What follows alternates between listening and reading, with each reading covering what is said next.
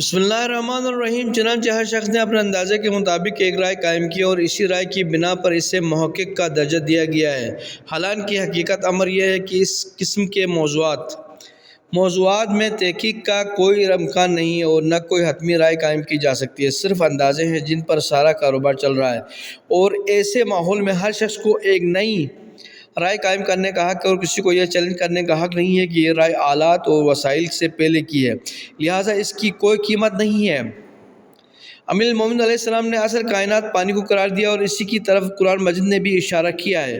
اور آپ کی رائے دیگر آراء کے مقابلے میں اس لیے بھی اہمیت رکھتی ہے کہ اس کی بنیاد تحقیق، انکشاف،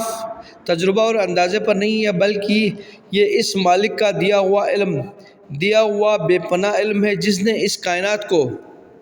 بنایا، اور کھلی بات ہے کہ مالک سے زیادہ مخلوق سے باخبر اور کون ہو سکتا ہے۔